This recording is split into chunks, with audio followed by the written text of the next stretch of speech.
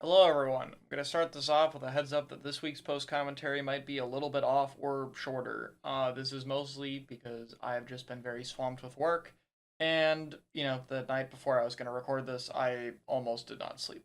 Did not try to do that, just happens one of those days, and I don't want to delay this any further.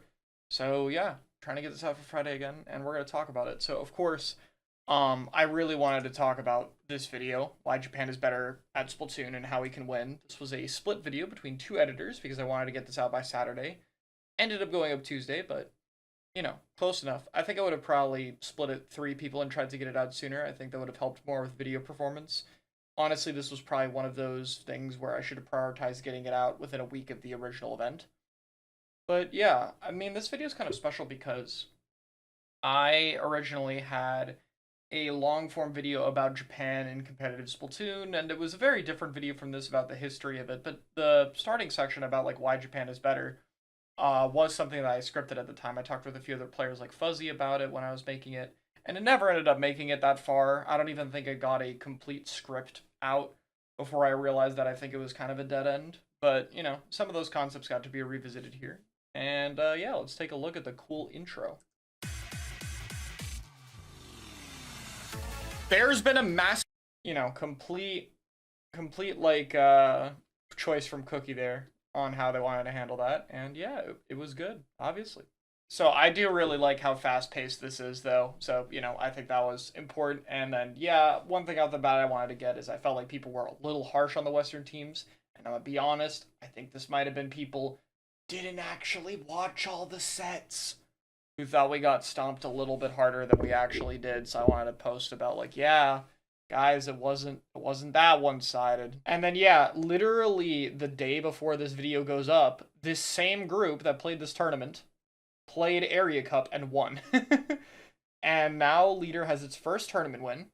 I also didn't mention it in the video, but it also got 4,000 XP in solo queue around the same time. So E-Leader, over the span of a few days, got its largest tournament placing ever. I think it's won, it hasn't won an Area Cup since the past 2 years, and second at this event. This is basically more stacked than the average Area Cup, even if you completely ignore the Western scene, because it's like 8 of the best teams in Japan, or groups in Japan. And then I got 4,000 X power, and then it won a tournament for the first time since like October 2022. So it's like this was an insane like week or two to be an E-Leader fan. And like, yeah, weapon's basically proven itself, which is cool. This is like the first time in forever that a like non-cooler anchor has been like proving its worth. Can't understate it. That's cool. Okay, so obviously this video is split into two parts here, and this was always going to be how the two parts were split. I wanted to do a little bit of analysis on the games itself and attempt to break down the concepts, but I also felt like the most important thing to get out of the bat is to go, like, guys, this is not a fair fight. Like, right off the bat, like, I feel viewers need to have the perspective of just how big of an advantage the players and teams in Japan just already have innately. So we're at the point where like, yeah, our teams obviously like have stuff that they can change. We have stuff we can do better.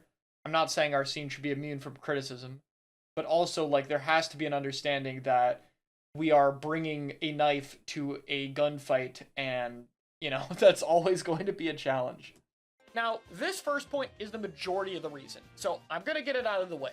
The game in Japan is much larger. Like, I don't have a lot to say about most of these points because I got to put mostly everything in the video, but there was one thing that got cut from this one.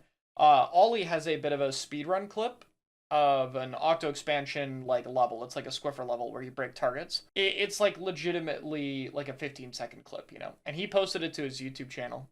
And at the time I checked and I, looked at it, it had around 14,000 views. At the same time, the clip was also posted on some Japan Clips channel. It wasn't a massive channel by any means, but maybe a little bit larger. But it's the same exact clip, and there's nothing extra added.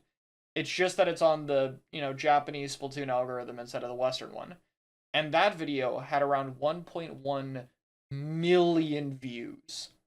To this day, I feel like that is the best example of how large the gap is. It didn't fit well into the edit, right? Originally that was going to be a part of it. It just didn't fit well into the section. But it's like that's legitimately the scale of it. It can be that large of a number gap. Like Splatoon is mainstream as hell in Japan. It's not at all comparable. And like honestly, nothing I can say will really put that perspective into words. It's kind of hard to communicate very large number things. I think at some point, we're just not good at understanding scale like this. And so like I can communicate it as much as possible, but I feel like you can never really fully understand how different it is. And I feel like I only really have this perspective because I have like so much experience analyzing and playing against so many of these players to the point where like I'm very familiar with how that gap feels in game. So this is the most important point I feel that viewers don't understand, which is like we cannot just fight them. That's like the easier answer is why don't we just play against them more often? And this is also what happens in other games. I think it was Bursty that made this Blue Sky post where they were like, Amza and Melee got good because they moved to Canada. They played in the United States of North America all that more often because they lived there. Like if we want to catch up, that's what we have to do is like, literally be in that environment. And obviously like Splatoon's nowhere near the scale to where that would be possible, especially for like a whole team of people. Plus you probably want them to have a coach if you're going to invest that much into this. And so like playing them is a bit of a pain. And it's two reasons here. It's not that complicated. It's the hours and then it's scrim rejections. There are a whole host of funny scrim rejections because a Japanese team will see that it's a Western player and they'll go like, oh, like real things I've heard is, oh, I can't play. My grandma fell down the stairs. My house caught on fire. Like there's legitimate just posts like that are treated seriously. And unfortunately, there's some posts that are a bit worse than just a funny rejection that are genuinely rude or mean because it's people outside of their region. And that kind of stuff is few and far between, but it's like, yeah, your experience looking for JP scrims. And I remember doing this in Splatoon 2. I was with my team and we had Zero on the team, and Zero was the only person to have 3000 X power in North America. And it's, if you don't know, scrims in Japan are usually looked at by X power. Like this is 23 to 2400 over here. And so we had like probably the biggest advantage in terms of being able to look for scrims at that period of time because we had the highest X power player. And so we would look with like, yeah, this is the team with 3000 X power. Can we get a scrim? And I'd also had other experiences looking with Boca, which is Bagel, Biscuit, and Ice, where we could also ping like 2900. We had two 2900 players, which was also incredibly high. And I think the highest XP scrim we got was 2800, which was one that I believe we still won. And then randomly at one point we found a scrim against Libilant Calamari when I was looking with Zero. That is, for those who don't know, Libilant Calamari is a very old but very good Splatoon 2 team in Japan, and part of the reason we found that scrim is they were looking for Turf War practice for Koshien, so that scrim was Turf War. We played Turf War. We played a Turf War scrim, and I think we got one match, which obviously makes sense there, but it's like, even that situation, and that's us waking up at like 5 a.m. in like the best situation possible, and it would still just be multiple hours of like looking at the scrim feed and replying and getting denied over and over and over again. And it's like, there's no way that is sustainable. Obviously nowadays there might be a bit more connections between some of our best players and some of the players in Japan. So, maybe that's possible that it could be different for some teams. I think PXG got a lot of JP scrims. I'd assume that's probably through Jordan, given how well known he is for his XP grind. But I think for like 90% of top players, trying to do this is infeasible. And even for the players who can, like, they're still waking up really early. It's still inconvenient. It's still probably not something they can sustain alongside, other stuff. And that's a whole other thing. And this probably should have been its own point, but like, this is why also some scrims get rejected. This is the very common excuse is, I don't want to deal with the lag. And like in the Western scene here, it's like, here we're like, oh, your lag has to be abysmally awful for us to even consider like a replay in a tournament or subbing out a player. Like our lag standards have the opposite problem. We are so lax on internet connection to the point where sometimes someone will be super laggy in a tournament and they'll just get away with it and it's bad. And like we should do better about that. I get it's complicated, but like our bar is too low. Here it's the opposite. It's like, things that we would consider just kind of normal, like slightly dying through a wall to charger, that we'll like complain about, but we'll go like, it's part of the game. For them it could be, yeah, no, I don't want to deal with that at all. And, to be fair, they don't really have an incentive to do so. And that's kind of like the other thing I haven't talked about very much, which is outside of being nice to our best teams, or like very top teams that do occasionally take sets off them, like Starburst and S2, they don't really got a reason to play against us anyway. And, sucks, but like that's just how it is. This was for comment interaction and it worked. I'm sorry. Like half the comments were about the censor. This worked. There is still regional matchmaking, which like why the hell did you even give us the region split, right? Here's what I think it is, right? I think they wanted players to like feel like they have the ability to play against Japan or something. Like they wanted to have something to where our best Western players wouldn't be able to complain about that. But then there's just regional matchmaking anyway, and I guess they just hoped no one would ever notice. I don't know how to say this, but it did not take long for people to notice. Like, wow, I have ran into Kipper like 10 times in a row. Wow, what a surprise. I wonder if there's any regional matchmaking going on, or if you're NA, I ran into Kyo 10 times. Wow.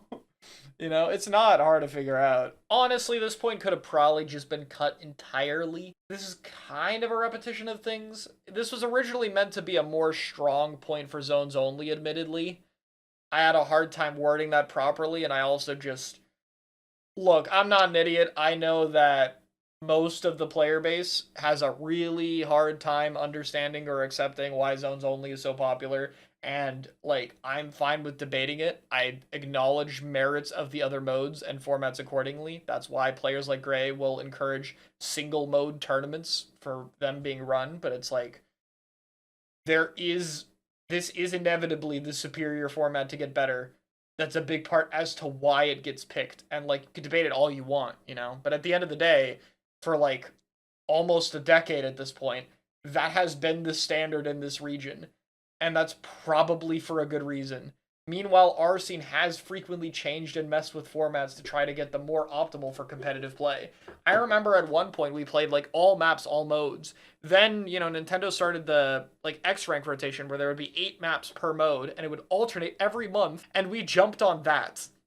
And it was awful, obviously, because you do not have enough time to learn 32 map modes, and even if you do, by the time you do, rotation change.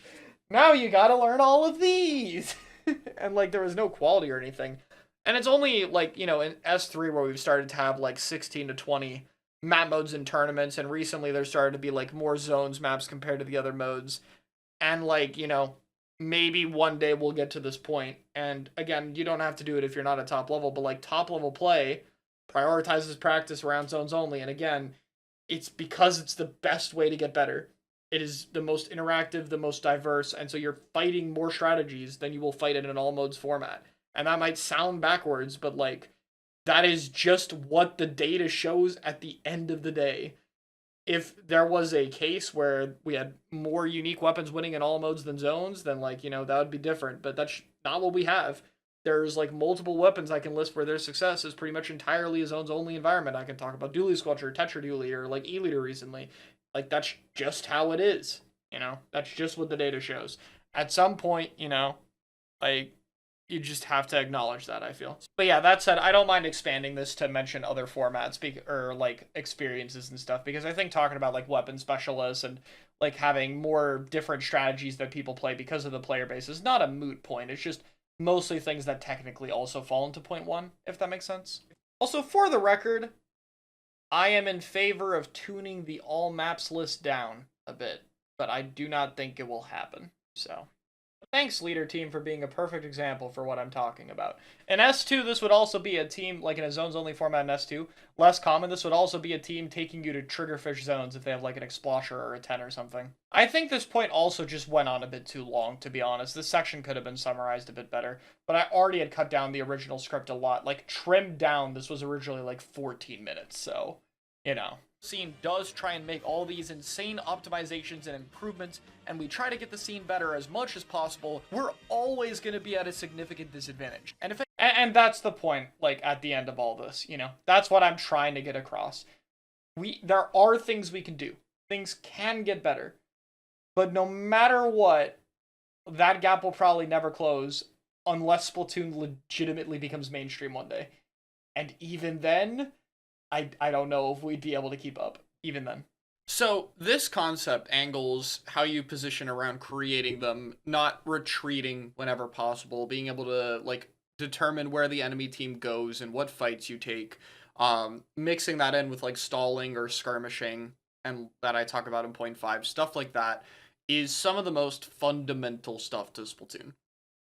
And like it's not a new concept or something I invented or anything like that. This has always been like something that has been understood at an analytical level, but in Splatoon 3, because of how strict the maps are, it became significantly more important in this game. There are, even in Splatoon 2 stages, and Splatoon 2 stages have their problems. Like I think they're even worse in this game. I've stood by that opinion. Even those maps have like a good amount of ways where you can kind of adapt or change to how the situation is. This game has a lot more, I guess, of like a hard rule of, you know, this is strictly good, this is strictly bad when it comes to positioning, when it comes to how the enemy team moves. And it's very much a thing where you have to understand these concepts. You have to know what you're doing with them. And trying to make this section was always going to be really tricky.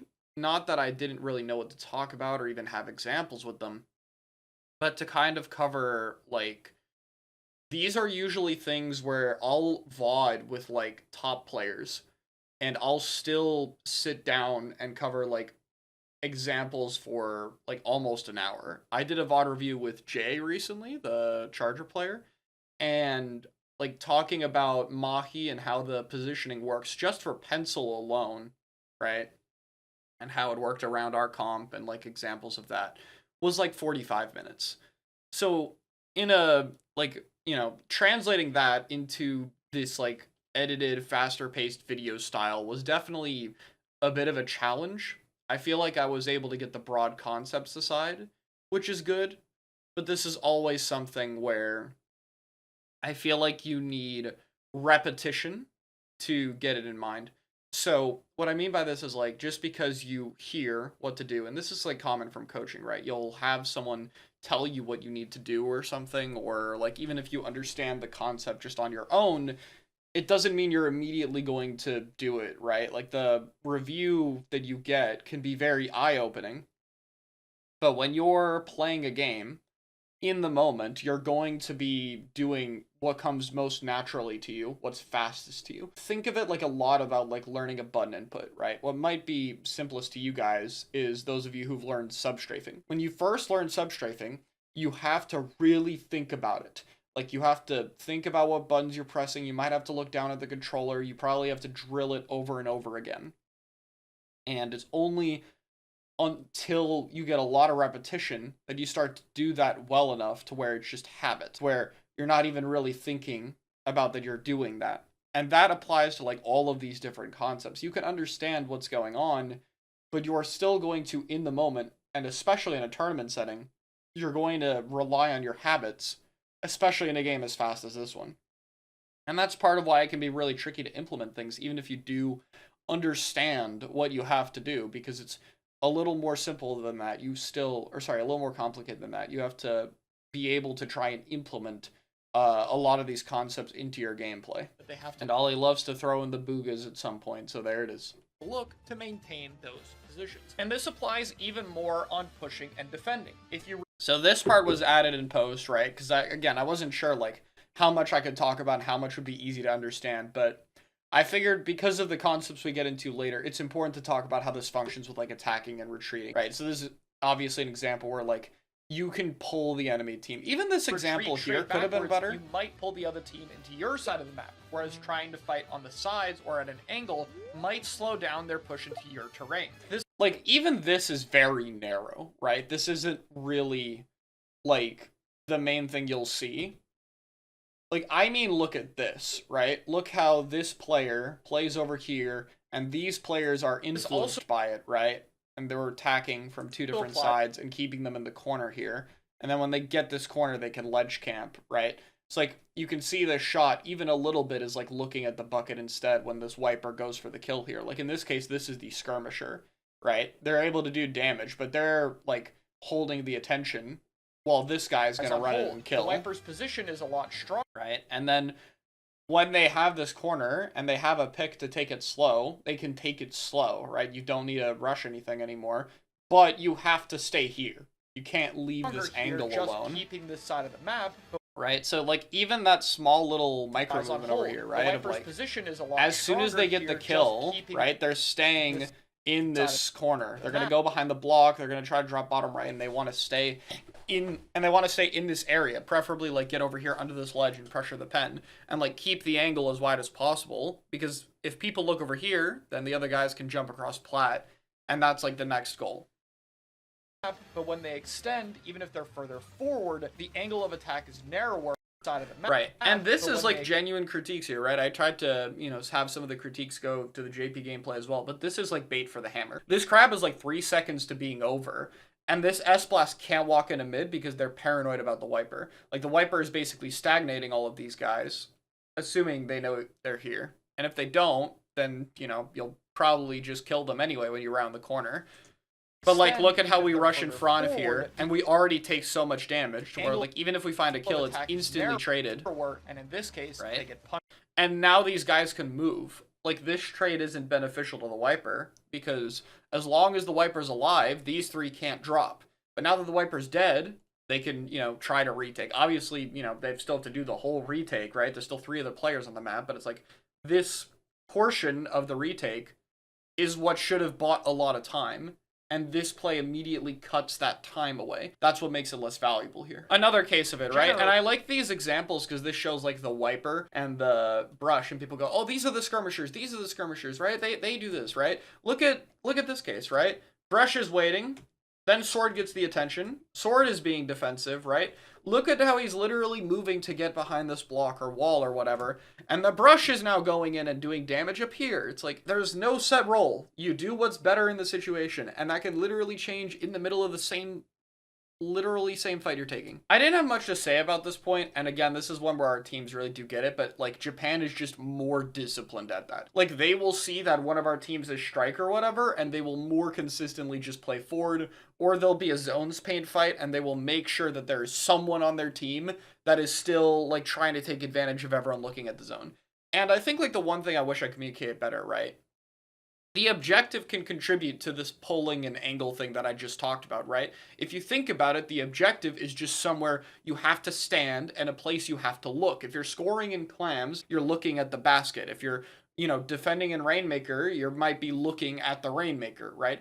These things control angles. And the zone is especially important because unlike the other modes, the zone is not a player. It is just a part of the map that can pull attention. And it can do that even if nobody else is looking at it, right? And this is like another part of the case of where zones is kind of fundamental to understanding the other modes, because if you understand how to play around zone like this, then you'll understand how to play around, you know, the tower or the Rainmaker or clams or whatever. This might have been a little bit of an unfair example, admittedly, given that FT1 was in a very desperate situation here. But I still, like, hold that this, like, cap situation here, when so many, like, look how many players can be just immediately displaced off if this Booyah Bomb hits this corner. And it can still paint part of zone.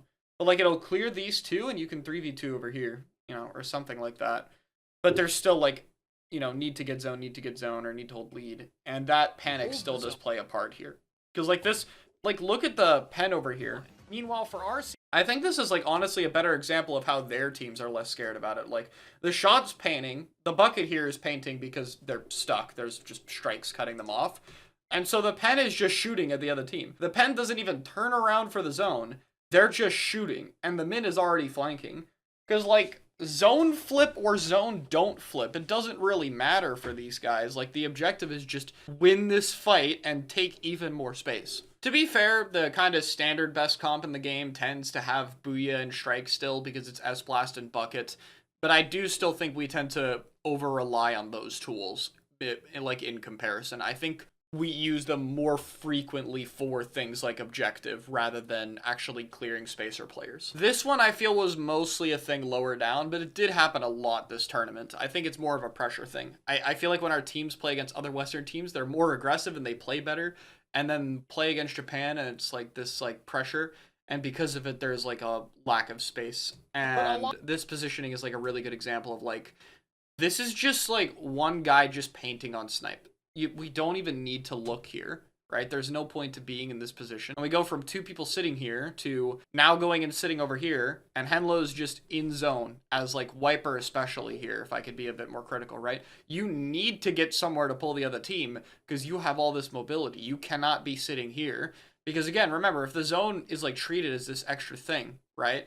Then the zone is pulling attention. So if you're on the zone, then we're like wasting, potential value over here because we have multiple things overlapping on the same job. In this case, it is the zone overlapping with Henlo. This was also a good example of like, oh, the strikes on zone, but like forget the strikes on zone. We have a crab over here that's killed one, is finding major value, and like someone needs to be over here to kill off it or like ready to push plat after the strikes go off or something like that. Really good value, and it's gonna get negated. Further up and take and like the second Jared dies, look how like everyone else is so far away that even this S-Blast with no teammates and no painters around him just walks in and just keeps going. And then they kill the pro and they just keep going. And it's like they went from like walking down here to all the way over here in like 3 seconds. And that just should never happen that fast. That happens because everyone else is effectively just retreating, right? Even Bran here, and this is a hard concept to get, I know. This position is technically further back than this position, which sounds like really weird, right? But like if we draw how the line is typically played, right? The positions you need to get, right? It's going this direction, right? So this is still closer to that. What you have to do here is like try to stay in the corner, which is what Brand does, because then you pull off the line. But in this case, there's just so much momentum. What actually needed to happen is there needed to be more of a pull this way to where Jared was. He needed to ball form. There needed to be teammates over there keeping the fight so that these guys can't snowball over left. Because especially given that this is a leader team, the last thing you want is the 2 ledge campers bottom left while the leader sits top mid. And the lockout will just become hell from there. Like you have to have like a missile or something because the leader position is just too broken. I'm not going to go into this because it's a much longer concept, but I will say 90% of the time when the other team is retaking, the pencil is simply bait. They will not be the guy taking space 9 times out of 10, and if they are the guy taking space, you might want to reevaluate where your team was standing. This isn't necessary by any means, but I do feel this is an aspect of the game that just isn't talked about enough or isn't really understood about how these specials have become more valuable. We're in an environment where getting into fights doesn't require as many resources. That's what something like Splatoon 2 map design did, for instance, right? Like it really prioritized entries. It made them very powerful in that game because it was nearly impossible to move in without them. In this game, the risks are generally a lot lower, and it's a lot easier to get into fights with higher main weapon power and stuff like that. So instead, the priority is shifted to, hey, it's actually really useful to have stuff like this that can effectively hold space. So yeah, it's important to have specials that like you can be in a fight and they can chain momentum. And this is especially true if your main weapon fighting power is lower. S-Blast bucket comps get away by this. 1, because Booyah is kind of half and half, but 2, because the main weapon fighting power is so insane, they're not as dependent on specials. Whereas other weapons like Brush, for instance, yeah, like Brush, Wiper, these weaker killing power weapons but heavier mobility stuff really depends on options like these because they try to enhance the fighting capabilities when it's time for some of them to take combat situations. I talk about this more in my second channel video about like dive and mobility comps.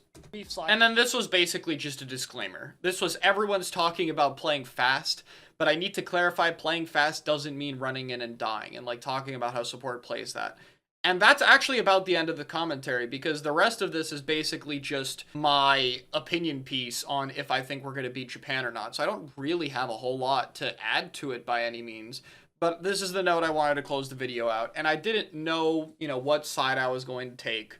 But, I guess I'm taking the optimist situation here of like, yeah, I do really think it's possible. I don't know if it'll happen for a long time, but, that's kind of the thing that makes this a bit special, right? You never really know when the tide's going to change, and I think that this is one of the best storylines in the game, like the struggle of the Western scene to try and keep up with the much larger scene in Japan.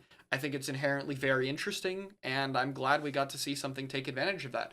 So yeah, thank you guys so much for watching. I hope you enjoyed the SWS video, and I'll see you next week.